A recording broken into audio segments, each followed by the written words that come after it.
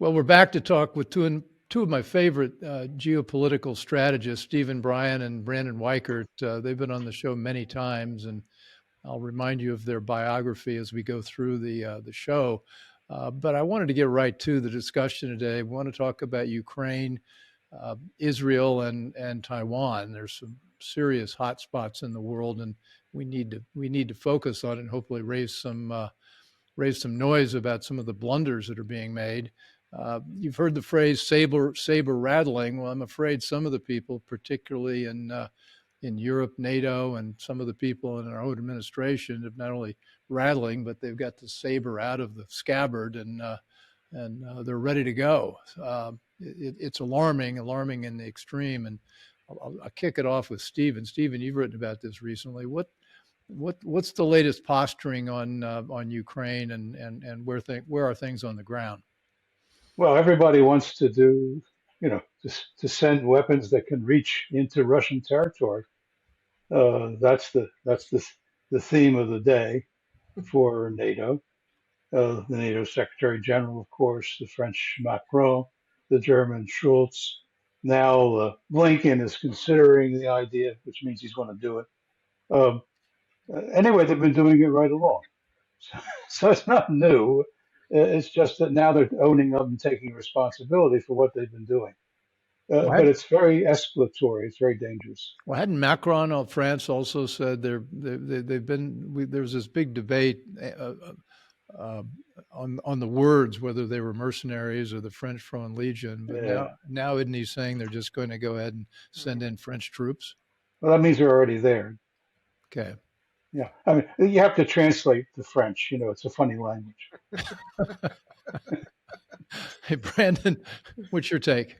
No, they have already been there. The NATO different countries have already been there. In many cases, they have their troops, what are known as sheep dipped, in the uniforms of Ukrainian military. But I've spoken to personally, about a year ago, I spoke to an Australian special forces operator who was there with a contingent from Australia, who were volunteers and they were fighting for Ukraine. But in fact, they were tacitly serving the interests of NATO, fighting in the war. And we have that playing out throughout the country. I'd also like to remind your audience that, at least this morning, I saw the report. It looks like Ukraine has fired another missile fusillade into Crimea. And Crimea is the red line for Putin. They will risk nuclear war if it looks like Crimea, the port of Sevastopol, which is the Russians' only link to the warm water port in the Black Sea. They will risk a much larger war if it looks like that's going to fall or that's going to be under some kind of severe threat. And there's Macron and NATO banging the war drum even louder. So this is a very dangerous and escalatory moment, and I fear the Americans are not in control. So the timing of this, the Crimea piece, didn't Russia take Crimea in 2014, or when did they? Yeah. When For did they 2014. Yeah. 20? So that wasn't on the table when with this recent marching into Ukraine, and now we're putting it back on the table. It's always been on the table, and I sort of document this in my book. You have to remember the port at Sevastopol was actually built by Catherine the Great. It was a Russian military port. Crimea was at one time part of the Russian Empire, like Eastern Ukraine was. It was also at one time part of the Soviet Union. Even after the Soviets ceded Crimea to Ukraine, which was a Soviet-controlled enclave, so it was really not that big of a deal when Khrushchev did it. But even then, the Soviets leased the Sevastopol port. And in fact, in 2010, this was one of the big fights, because I remember back on the Hill, this was a big deal. The Ukrainian government at the time in 2010, the lease for the Russian lease for Sevastopol was up, and there was a push by America and NATO to get the Ukrainian government to not renew the lease. And had that happened, it would have been a major disaster for Russia's national security. And just a few short years later, of course, you have the Russians moving in force to take Crimea and expand their holding in eastern Ukraine, because this is a geostrategic priority for them, holding Sevastopol. Stephen? I agree with that. I think that's correct. I recall that the Russians were pushed out of Sevastopol, and actually, at night, in the dark of night, pulled their aircraft carrier out with a half skeleton crew uh, to try and avoid the Ukrainians taking it. Yep. So yeah, this is very sensitive, And, extremely sensitive. and Bill, I'd also like to point out there is and I know this for a fact because once upon a time I actually spoke with Ned Price and Ben Rhodes's team years ago when they were running the White House into the ground. There was a quiet consensus among Obama era national security people that the United States needed to roll back Russian military power from those warm water ports that are not within Russia. So Russia has Vladivostok, which is there in Russia proper. It is their one warm water port there. But then they've got a warm water port along the Baltic Sea in the Kaliningrad. They've got the Syrian warm water port of Tartus. And then, of course, they've got the Sevastopol, a warm water port in the Black Sea. And if you look at what happened even before the Ukrainian crisis beginning in 2014, the U.S. government under Obama got heavily involved in the Syrian civil war. This was not just because we wanted to get rid of Assad. It was because Assad was a client of Russia, and we were trying to get rid of Russia's warm water port in the Mediterranean in Syria. And so this is part of a concerted strategy by the neoconservative, neoliberal cabal, for lack of a better term. Yeah, but it didn't work. Didn't work, and it's still not working, and now we're all going to pay the price for it because Russia's not going to back down this time. Well, Stephen, you're about to come out with a book, Brandon. I think later on this summer, maybe early October, fall, October. Authors would know the date. What date? October 22nd, I guess. Yeah. I hope you've got the thing written already. It's all done. Oh, I'm reading the galleys now. Yeah. It's called A Disaster of Our Own Making, How the West Lost Ukraine. For people that haven't been really following this, our view, we talked about this for the last couple of years, is that we made a lot of blunders along the way, starting with after the Cold War ended in 1991 or in that era. We could have done a lot of right things with Russia, could have done a lot of right things with Ukraine, and we did almost none of that. Yep. We had our hands wrapped around the wrong choice at every turn. And as I point out in the book, it's really because of this, for lack of a better term, cabal of neoconservative and neoliberal elites who have worked in both Republican and Democratic administrations, who have a sort of a fixation on not only rolling Russian power back, but also, and I know because there are some people I know even at Hudson Institute who have spoken about this with members of the National Geospatial Intelligence, or the National Ground Intelligence Center, forgive me, NGIC, back in 2005. I have a friend who told me explicitly members from the think tank community briefed his team at NGEC, which is up in Charlottesville, Virginia, about a plan to basically contain Russia, rolling it back to its medieval borders, and then inevitably getting Russia to break up into its constituent components so that it's never again a threat to Europe and the West. And this is all fantastical thinking. This is childish thinking. And now we're getting ready to pay the price because Russia knows, or at least they think that's what's happening here. And they're not going to let it happen without a fight.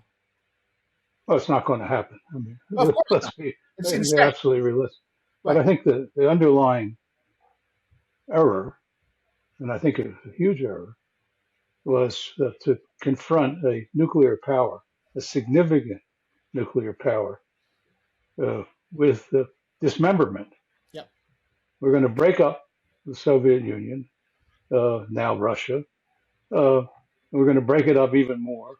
We're going to dismember it, and we're going to sponsor the opposition in Russia, Navalny and people like that, and somehow create this great transformation. But we're messing around with the nuclear power. And Stephen, this is the kind of thinking that got us into the Middle East. This is the exact kind of thinking that led us down the wrong path in Iraq, and then the Arab Spring. Well, these guys, the more you've been looking at this forever. I've come to this story later. You're lucky. Yeah, the more I learn, the unhappier I get. My wife is telling me, why don't you really go play golf instead? This hobby of yours is depressing us. But it seems like we've got woke children in the administration and in Europe. I mean, they're complaining that people are wrecking their safe space. Jeffrey Sachs, you know him. He was on Tucker, and there was something he said. I copied it. It said, "It's not about Russia. It's about the U.S." Yeah. The neocons are very explicit. The U.S. must be the unchallenged superpower in every place in the world. In every region, we must dominate. That's quite a load for us American people. What they say is we're going to be a constabulatory duty holder, which is basically a fancy word for saying we'll be the world's policeman. Yeah, well, this comes from the notion of there was going to be only one superpower, and it was going to be the United States. And since we're the only one superpower, we had to take on these responsibilities. Um, I mean, that's the thesis. Um, well, we weren't the only one superpower, and today we're one of three, if you can say so, and increasingly the weaker of the three. Well, the GDP of China was in 1991, 3% of world GDP, and now they're about equal to ours. And well, Russia is not nearly as big in terms of economic power. You point out they've got every nuclear weapon they need to destroy the world 50 times over. They are a commodities superpower, though, Yeah. and in an increasingly divided world at war, and a non or a decreasing globalized world in which there are many powers, being a commodities producer is actually very, very beneficial from a strategic point of view. And doesn't that fit right in with China? I mean, Yeah. we've driven China and Russia together in a way that's this is let me get rid of this. Sorry, guys. No problem. China calling. They're always like, every time I mention the word You should China, take Xi's calls. It gets a little annoying. he wants me to knock it off. But they've talked about this unlimited partnership. I don't know what their exact word is, but they've met like 40 times in the last 10 years, Putin and Xi, and that relationship seem to be very complementary. Well, it's a huge change. I mean, if you look at Russia and China in the 1980s, there was no love lost between them. And in fact, I was involved in working with the Chinese, believe it or not, dealing with the Russian missile threat to China. That's all gone away, at least for now. And China is extremely important to the Russians because the Russians really don't have a commercial industry similar to the US or similar to China. They just don't have it.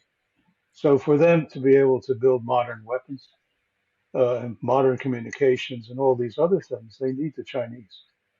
And I think Putin is very smart to work that out with the Chinese. And you're right. I mean, they're very tight now, and it's extremely important. I think without China, the Russians couldn't fight the Ukraine war. Oh yeah. Well, so that's a big deal. I mean, think about it. We essentially forced the Russians into the arms of the Chinese through our policies, which was complete stupidity. Yep. Joe Biden and his gang. It goes back to Obama. Okay. Actually, you can even trace it back in some cases to the Clinton years. Clinton was a big fan of enlargement of NATO, and a lot of the people who worked for Clinton translated down to the Obama years, and now they're in the Biden years, some of the older people. And certainly the ideas of this idea that NATO must always, it's almost like a religious belief, NATO must always expand. And it's like, you can do that, but there's going to be a consequence. And the consequence is eventually Russia's going to say, this doesn't look like a peaceful organization. This looks like an organization that's aimed not at the containment of the Soviet Union, which is gone, but at the destruction and dissolution of the Russian state, which is no longer communist. And that's what's making them pivot to China, because at least China is going to try to work with them and treat them like an equal partner to some degree. Well, let's talk about this for a minute because it's an important subject. NATO supposedly was a defensive, and is to some degree, a defensive alliance. That's its core raison d'etre. The idea was an attack on one member would be an attack on all, and they would all come to the defense of the one attack. But it hasn't had that mission for a long time.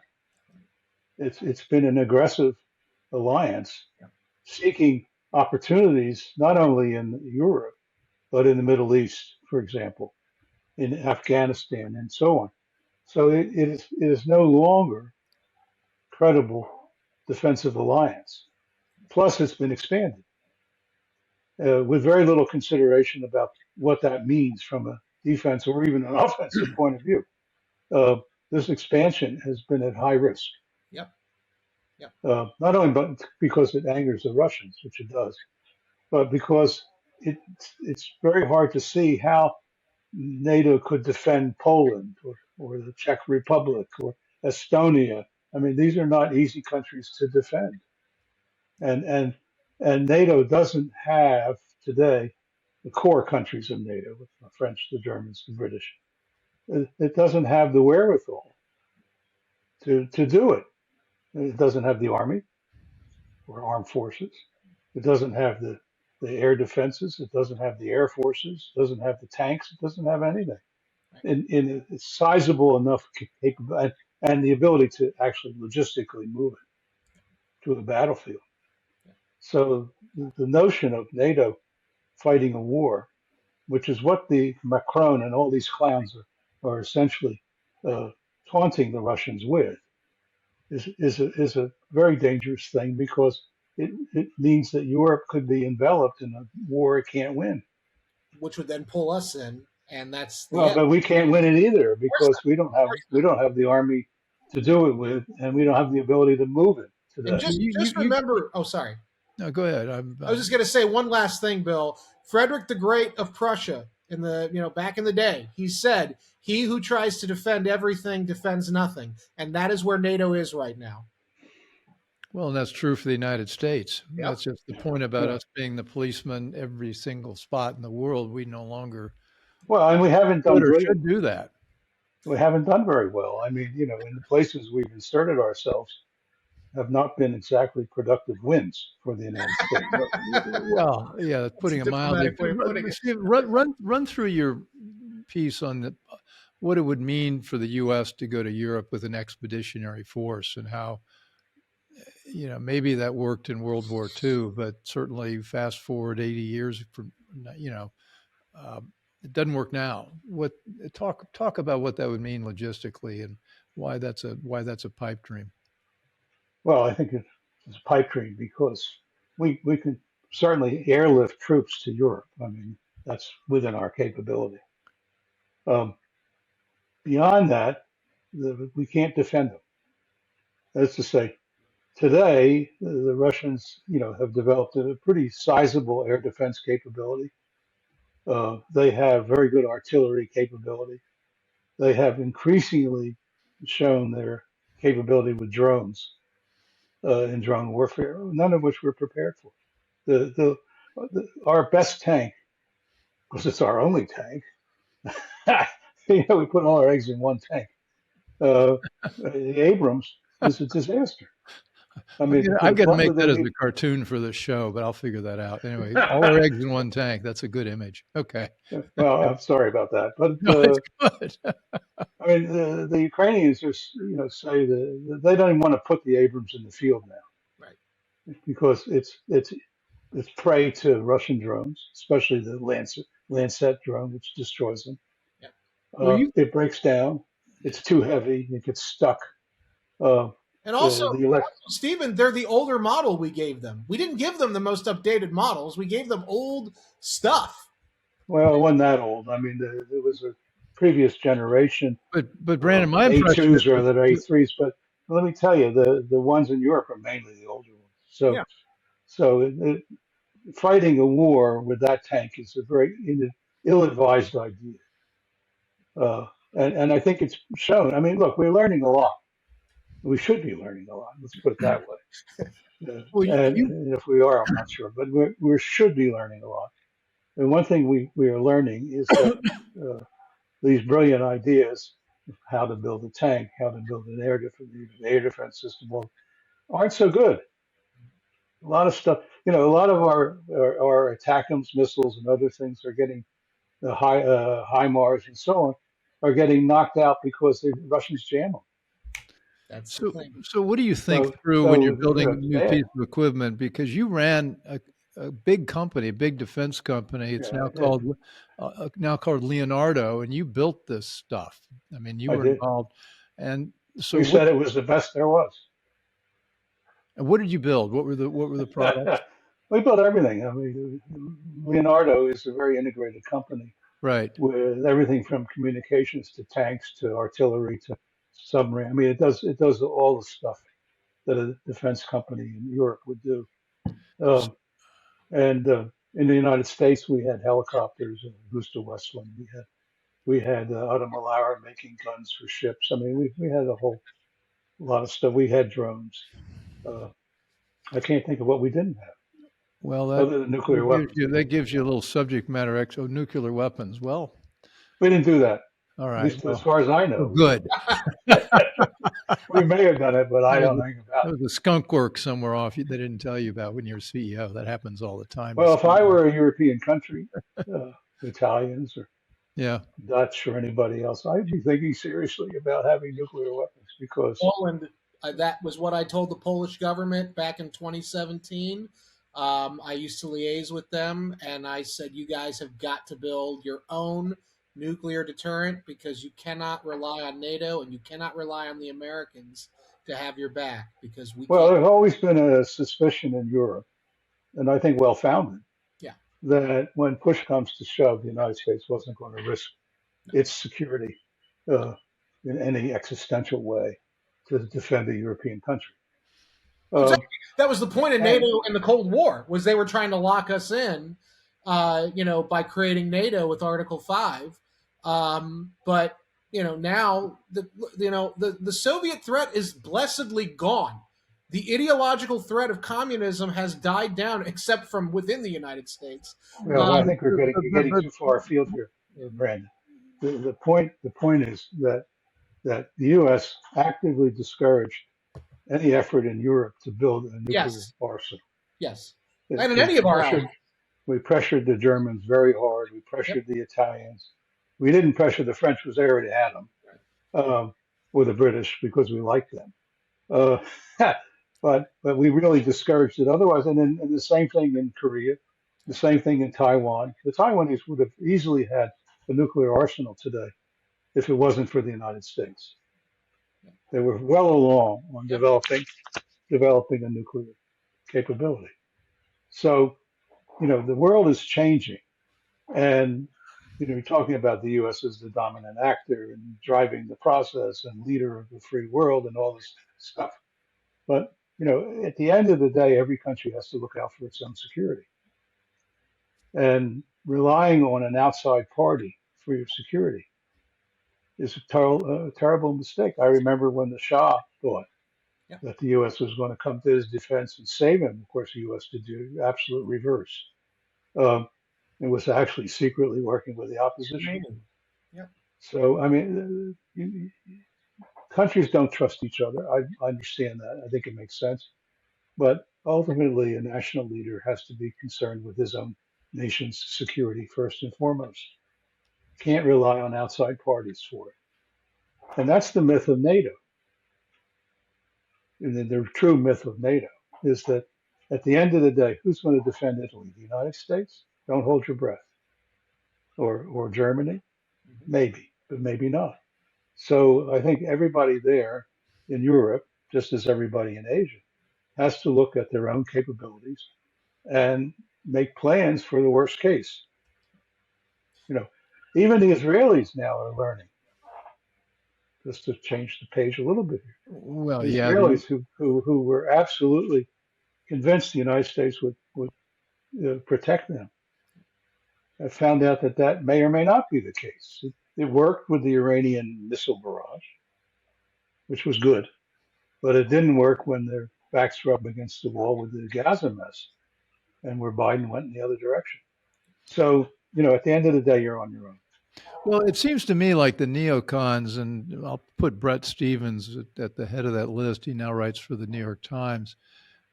Have boxed themselves in intellectually and strategically the way they're thinking about this. I mean, we've been arguing, the three of us, for a peace deal.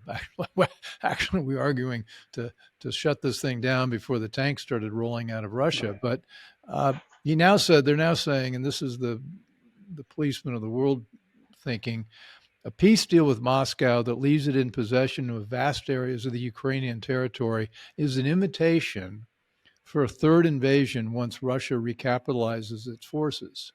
So they're saying it's impossible to negotiate now, or it's unthinkable to renegotiate now because we're simply prolonging the war for the next time Russia is going to come in. I don't think Putin's going to do that, but don't you put It yourself? doesn't matter though, because the It fact doesn't of the matter. it doesn't matter because they could have negotiated before. They could have negotiated in the first year of the war. In fact, there was a negotiation, and Washington went out of its way to destroy it. Don't They forget could about the negotiate. Minsk Accords. We had the Minsk Accords that could have prevented the whole thing. And Well, that was before the war. That was in 2014 and 2015. But as Mrs. Merkel said, it was a fake. of course, right, They were just trying to screw the Russians. right. Uh, which, by the way, is an interesting subject because maybe the Russians had, how many times were the Russians taken in by Western assurances that turned out to be bogus? And why were they taken in so many times? I mean, that's not good news for Putin. I mean, he has to kind of hide under the table on that one. This is why Because he's so viscerally opposed now to further interactions with the West. Is because he's been burned so many times by the West. well, he doesn't trust Right, and at all, nor should he. right, But in any negotiation, you don't trust the other guy. You negotiate the best deal you can get. And you hope that it's self-enforcing, because if it's not, you're going to have another fight sooner or later. I mean, that's the nature of the world. But the Minsk Accords would have given, look, the Ukrainians didn't want it. They were pushed into it. The Europeans knew it was a fake, so they didn't care. It was a good deal from Ukraine's point of view because they would have kept all their territory. right, Uh, right. It would have given some autonomy to Donbass. That's what the deal was, the Luhansk. So, But other than that, they would have kept their territory, and they weren't interested. Uh, so I think that now there won't be a negotiation until there's a change of regime in Kiev. I don't think there's going to be a negotiation. that's what I wanted to bring up. There won't be a negotiation if things stay right where they are. But I think Stephen, you wrote that the Ukrainian army is essentially disintegrating. It is. It's a And mess. Yeah. and that's going to put Zelensky in a place where Well- he's one really now urging the Well, use of I think the tactical dynamics are interesting. It seems to me, first of all, the Russian strategy, to the extent that it can be figured out, and it's not clear, is to destroy the Ukrainian army, because that's what they want to do, because that brings the war to an end. The Ukrainian army itself is in terrible condition, and they're losing men every day. They can't replace them. Simple as that.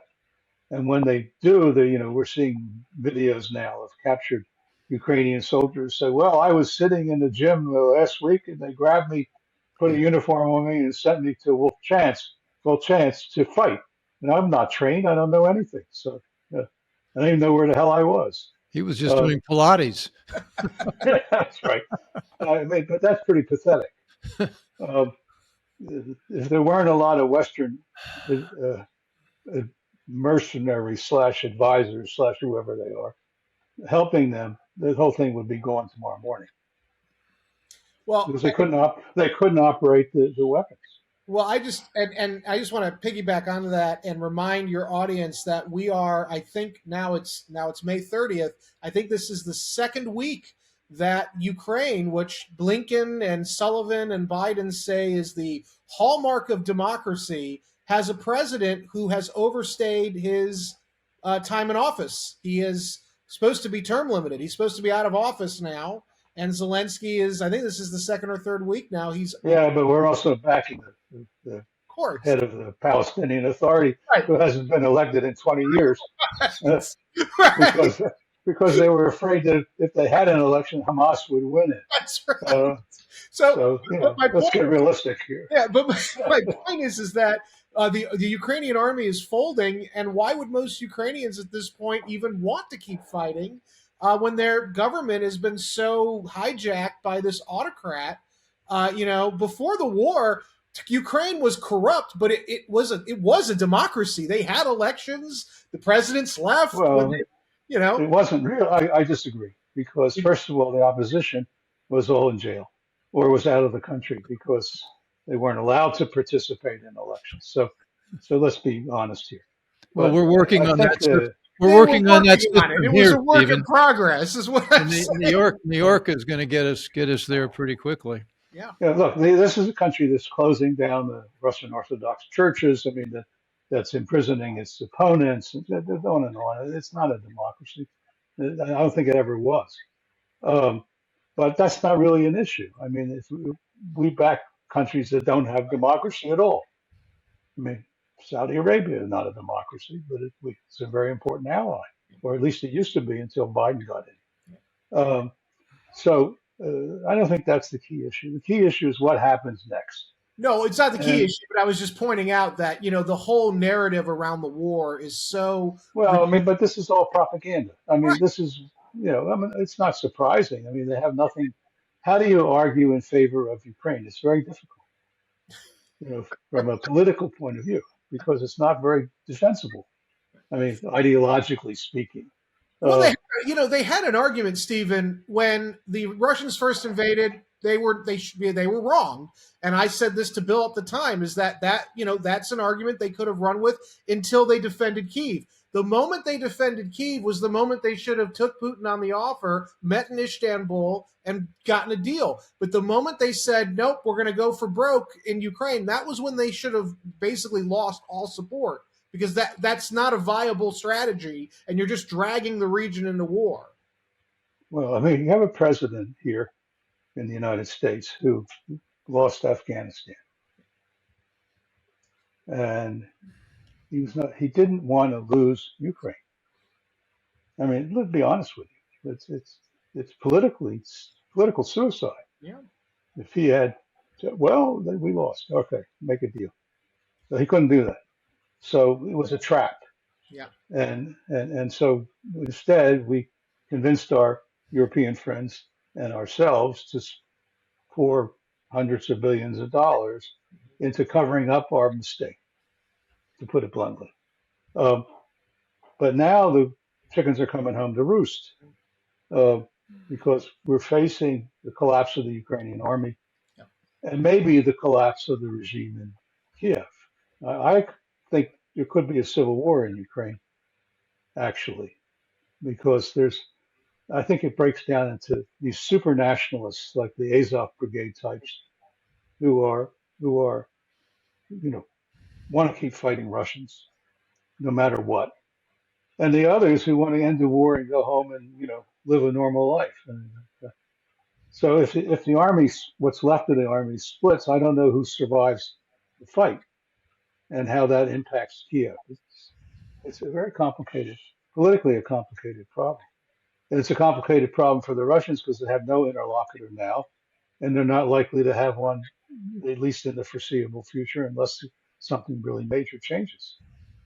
Uh, and that means that they have to keep moving and destroying expanding because they have no other alternative. So the Soviets and the Russians and the Chinese are now in a deep embrace, working together on everything. As I guess there's an implicit guarantee by China that if NATO or U.S. does something in Ukraine, that China would be right there backing them. Which brings up the next thing on my mind, and we can talk about Israel, but I want to shift to keep it on China. Does any of this create a momentum to cause China to do something about Taiwan? Yes. Yes. I think you're seeing it now. China has a very small window to really fundamentally force a change in their backyard, geopolitically speaking. And I think you're seeing them sort of testing now with the recent the punishment drills they did around Taiwan last week because of the inauguration of President William Lai, who is openly pro independence.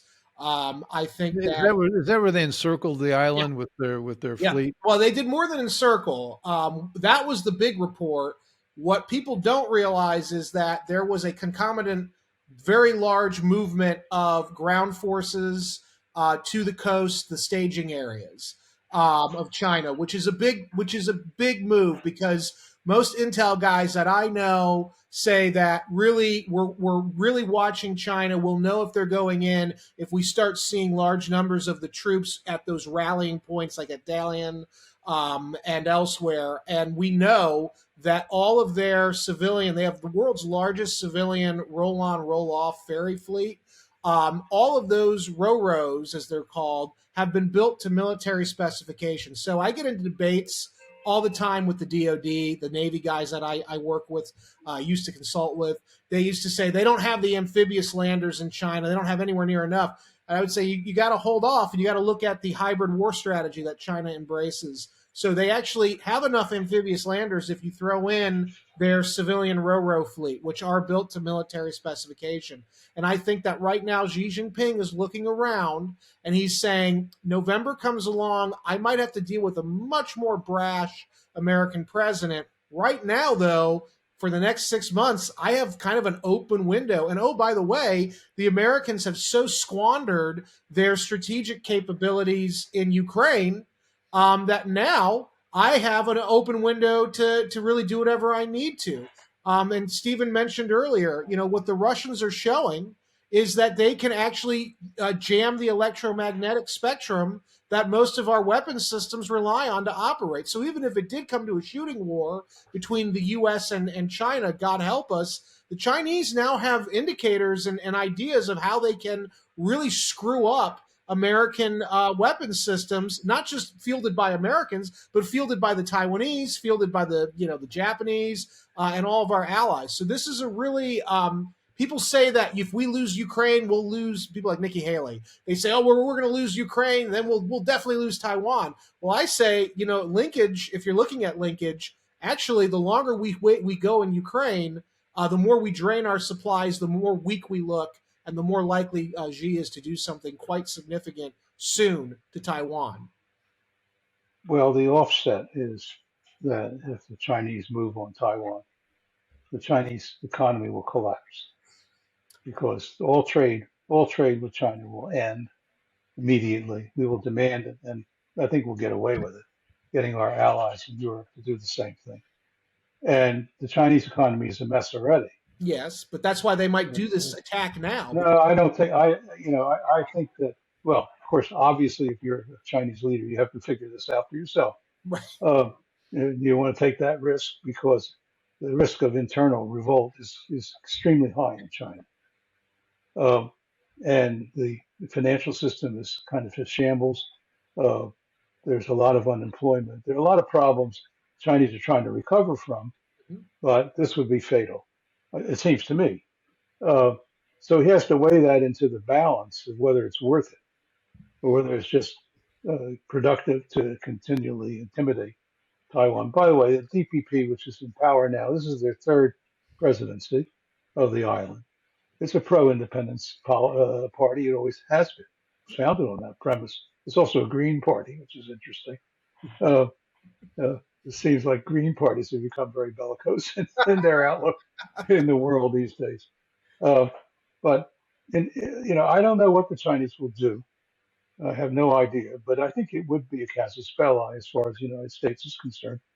The Congress would demand it, and even if it's a token resistance, we will put up a resistance. I would just like to posit, though, we've seen some very strange movements by Xi Jinping. He is not like his three predecessors, Deng Xiaoping, um, Jiang Zemin, and Hu Jintao. They were very much sort of like corporatists at heart. They didn't want to risk the economy. Xi Jinping has presided over some major declines in the Chinese economic model, largely because of his own decisions, where he prioritizes military and But, strategic developments but over Brandon, economic but stability. Brandon, isn't he losing hearts and minds over that Big time. strategy? Because the thing that the Chinese, I think, have been with the Communist Party for a long time because the Communist Party's delivered, massive GDP growth and increase in middle class wealth, and even though they didn't like it and the totalitarian regime, it delivered economically. And if the economy collapsed, I think you might see the Communist Party collapse. The dynastic cycle, and I've talked with our friend David Goldman about this a lot. The dynastic cycle, I think, is still very much in play. Explain the dynastic cycle. So basically, you look at China, thousands of years of history. They've had dozens and dozens of dynasties. You could you probably should inject the CCP as just another one of those dynasties. And basically, dynasties start out very robust, creative, innovative, economic prosperity, a lot of growth happens. But then traditionally, some kind of crisis will erupt that the elite running that dynasty can't manage. It's usually manifested in famine, rebellion in the outlying districts that sort of works its way inward. And if the emperor and his kind of internal clique can't manage the situation, they are overthrown either internally, by one of their own people, advisors, or they are pushed aside, in an internal civil war. And I think that is very much at play. I think Xi Jinping could very well be the last CCP dictator of China. Now, that doesn't mean that democracy comes next. In fact, I don't think that's what that means. Something worse could come. China has no history of democracy ever. They flirted with the republic in 1911. It didn't go well. They have a 1 year history. Right. Just like Iran, they flirted with democracy. The Soviets, the Russians flirted with democracy a few times, didn't go so well. So the likelihood that this will end in a democracy, but what could end this dynasty is Xi Jinping has convinced himself, I think, that he needs to take military action, either an invasion and or a blockade, but he needs to do something bold. The economy's collapsing. But I agree with Stephen, though. It would be dumb. I mean, it would if his economic power is eroding. There's no shortage of dumbness and that's the key thing here. Various countries. Look at our world leaders now. Right. I mean, I would not say because it's dumb a world leader wouldn't do it. But look, his pattern has been to try and be a peacemaker. I mean, this is he would have to change. He's also though spent a lot of time sanction proofing China over the last 2 years. But wouldn't it be a smarter strategy to do what they did to Hong Kong, which is just kind of gradually ensnare, choke there, and then look. I think the Chinese have been utterly stupid about Taiwan because there were lots of ways to come up with solutions that would have been reasonable. But that's my point, is that we've got a leadership in China right now under Xi that is kind of radical for Chinese standards. And I agree, there's a million different things they could have done. Yeah, but I don't think it's just him. I think it's been, they're still fighting the Chinese Civil War. Yes, that's true. And they still want to show they won. But even though they won. That's right. I have a personal story with that. When I was at college, I was at DePaul University in Chicago. We had a fairly wealthy, I guess, a princeling type who went to school with me, and he went on a rant one day with me about how basically it's no different than if Britain was supporting the South in the American Civil War. What would Lincoln have done? And he They said, were. right, right. They were. Right. And he goes, but what did Lincoln do? I said, yeah, but we didn't go to war with Britain. But the point is that there are many very well educated elite Chinese who view, as you say, this is a kind of a civil war scenario where how dare the Americans support the breakaway province? And there's this I whole, didn't mean it that way. I meant it a different way. okay, The Taiwan is the remnant of, the leadership of Taiwan is the right, remnant of those who escaped the right, mainland. Although the Kuomintang, which is the nationalist party in Taiwan, now is pro-China. not in, it controls the legislature but doesn't control the presidency Right, of Taiwan. Um, and the Kuomintang has always been having a dream that somehow they will return to China right. and provide the next generation of leadership for China after the communists go away, which is, it's a nice My, dream. my point here, though, is I really think the window of crisis is the next 6 months. And I think Xi Jinping might be looking around saying, I've got declining, economic standards here. People are starting to blame me. I can only hold on to power for so long. Let's rally around the flag. Let's go for broke. Or there could be a scenario where the Taiwan thing is a feint and the real target is Japan, the Senkakus. Because everybody in China hates Japan. But my point is that I think there is a real crisis, probably with Taiwan or somewhere else, brewing that's going to come to a head before the American presidential election. That is my. Well, let's go someplace else where you guys don't agree, which is interesting. Israel and China's influence and what's going on there, and who's behind this, and it may or may not be related to China, but we got just a little. I don't want to go longer than an hour, but I do want to get your thoughts about where this is going with Israel, Gaza, Hamas, that whole thing. Who wants to go first? Well, Well, I'll start. yeah, go ahead, Stephen. Well, I think what we're watching now is the final stages of the war in Gaza. Um, it looks to me like now the Israelis control the entire periphery, and they're in the center of Rafah. So I think it's not going to take too much longer if the Israelis use maximum pressure. And I think Washington's effort to try and head it off has failed and failed. It delayed it for sure. The hostage thing also delayed it for sure. But I think at this point the Israelis have given up on both. They've given up on Washington because they don't think Biden is their friend, and they've given up on, although they're very friendly with Central Command and that sort of, the military to military is very strong, but it's the political side that's not strong. And they've given up on the hostage thing because they think they've been conned by Hamas and by the CIA. Yeah, they have been. Because they have been, but the CIA has screwed them, Right. and I think they're very angry about that. Burns has particularly screwed them, and they're really miserable about it. Because they think that whatever terms they thought they had agreed on, that they got changed, and they didn't tell the Israelis, they just did it, and then the Israelis thought they had a deal, and they didn't have a deal. So the whole thing stinks.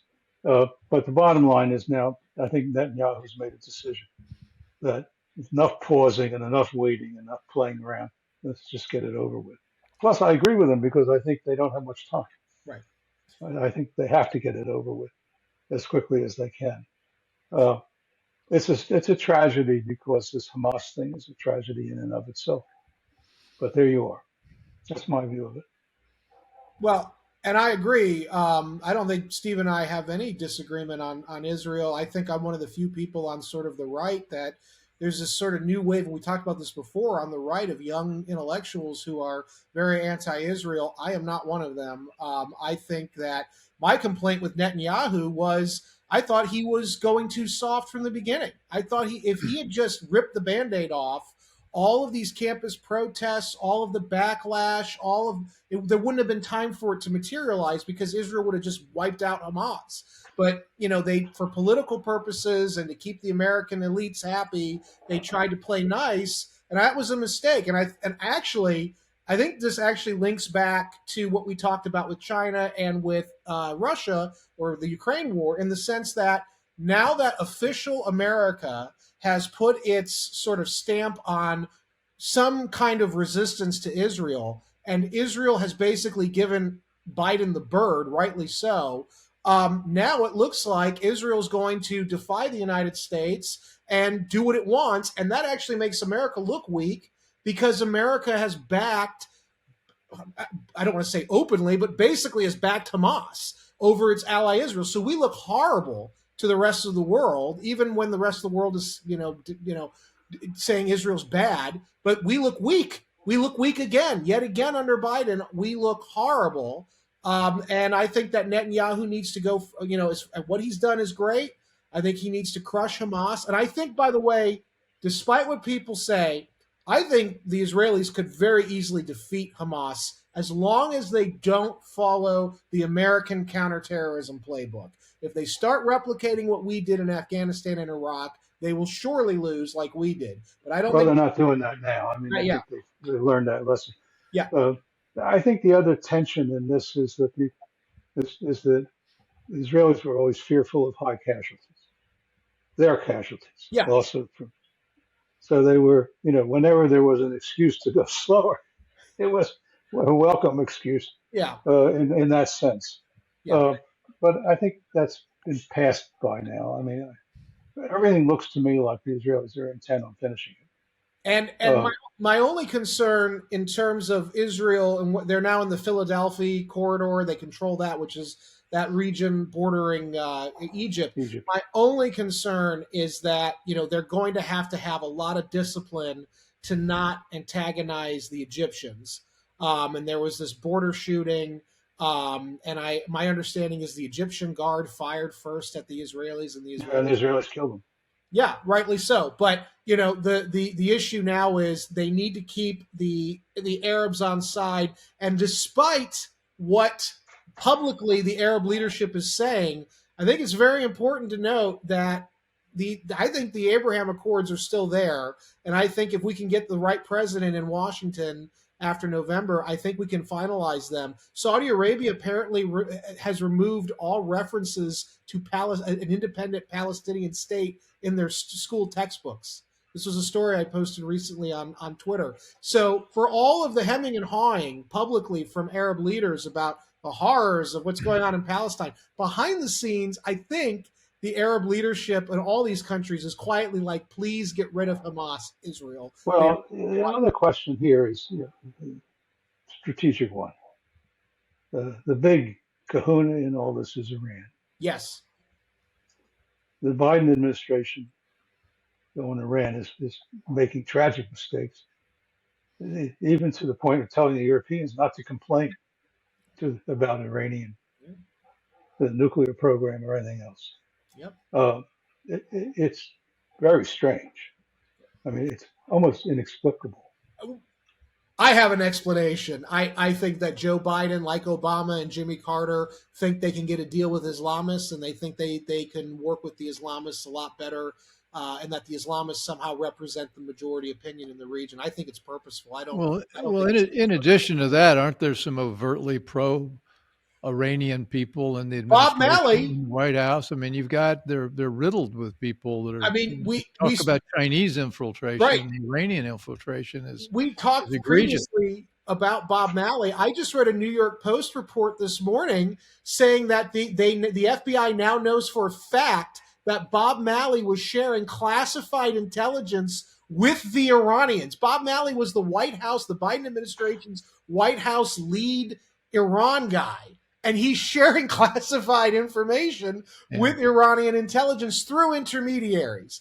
But the point is, this was part of a plan. The Obama administration started the normalization of ties with the JCPOA, the nuclear deal in 2015, and Biden was going to follow it through no matter what. And Iran is empowered because of it.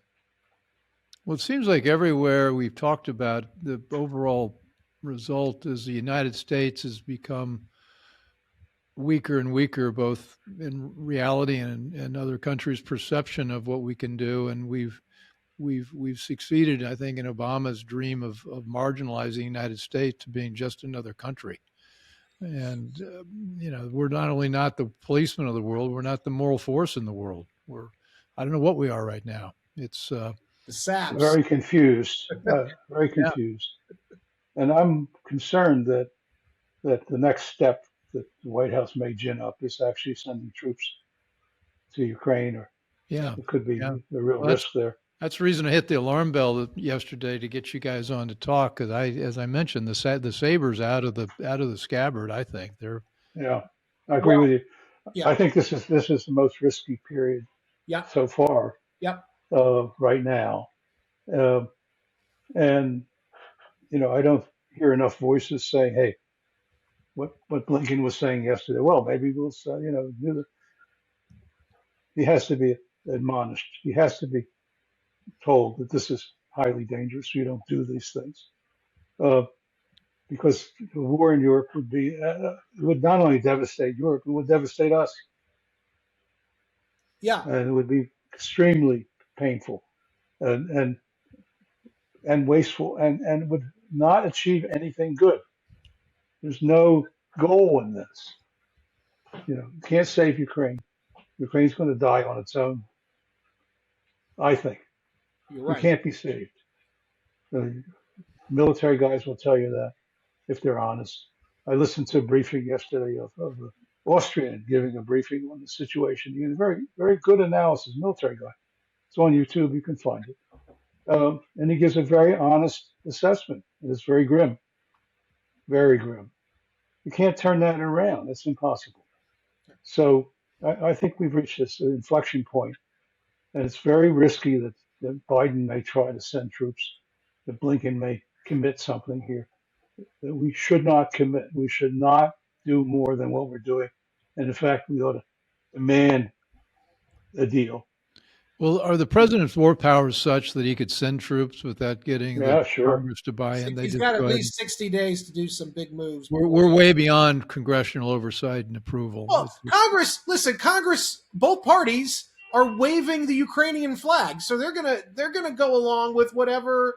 This is all like it's Winston Churchill cosplaying. It would be helpful to have some of our military leaders, the former, retired ones, to speak out and say, don't do this. It's a suicide mission. There are a couple. Uh, Daniel Davis is Yeah, but one. we need more. Yeah. Because this, otherwise we're going to end up in the wrong place. We're going to end up losing a major war. Yeah, that's where we're Well, at. not only that, but we're going to lose a lot of lives. Right. Well, we'll lose our society and our economy. I mean, this globalization is real. We're interconnected in a way that people can't even begin to comprehend. And something goes down here, it goes somewhere in the world. It comes back to us. It's not. It's grim. Can I just make one final point here, because I know we want to wrap up, but I just want to make a point. We were talking at the beginning about the neoconservative, neoliberal cabal running Washington behind the scenes. They believed fully that they had to fight everywhere all the time to preserve America's unipolar standing, our hegemony in the world.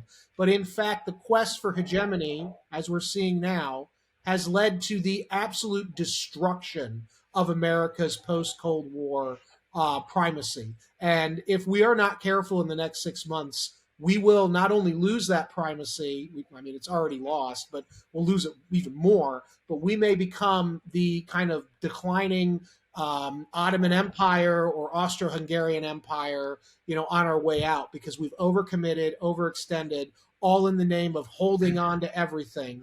And you're seeing that play out in Ukraine. That was Obama's policy. That was. And now we have Obama's sidekick running everything, who's taking, I was told, by the way, a Secret Service friend of mine, apparently Obama has weekly phone calls for 3 hours with Biden. Now, what president, even from the same party, has weekly phone calls with the former president? It's not unheard of. So we're No, seeing a lot of coordination. he's taking instructions. I That's mean, right. this is realizing Obama's That's right. vision, if you want to call that Yep. ugly thing a vision. Yep. Um, well, guys, we've succeeded in making. My wife's not going to want to talk to me tonight after this conversation. But it's all real, and we've got to deal with it. And I hope we'll get you back and sometime real soon as these things evolve. It sounds like everything is in a state of irresolution at this point. We're on the cusp. Yeah. Okay. So anyway, Stephen Bryen, amazing thinker, writes on Substack under the title "Weapons and Strategy," and Brandon Weichert that does the Weichert Report, and he's got a. We've seen The Galleys, a terrific book coming out on just what we've been talking about Iran, or I'm sorry, Ukraine, as a disaster of our own An important book. Thank Very you. important. Thank Okay, you. well, all right. So thanks, guys, and thanks everybody for joining in this conversation. I think you'll learn things here you won't learn a lot of other places, and so share what you've learned with other people. We've got some very important concerns and things that people ought to be talking about, and essentially stopping the Biden administration from further, not only wrecking the economy but wrecking our place in the world. So, on that happy note, thanks for joining, and you can find us on all the major podcast platforms. Subscribe, and we'll be talking with you soon.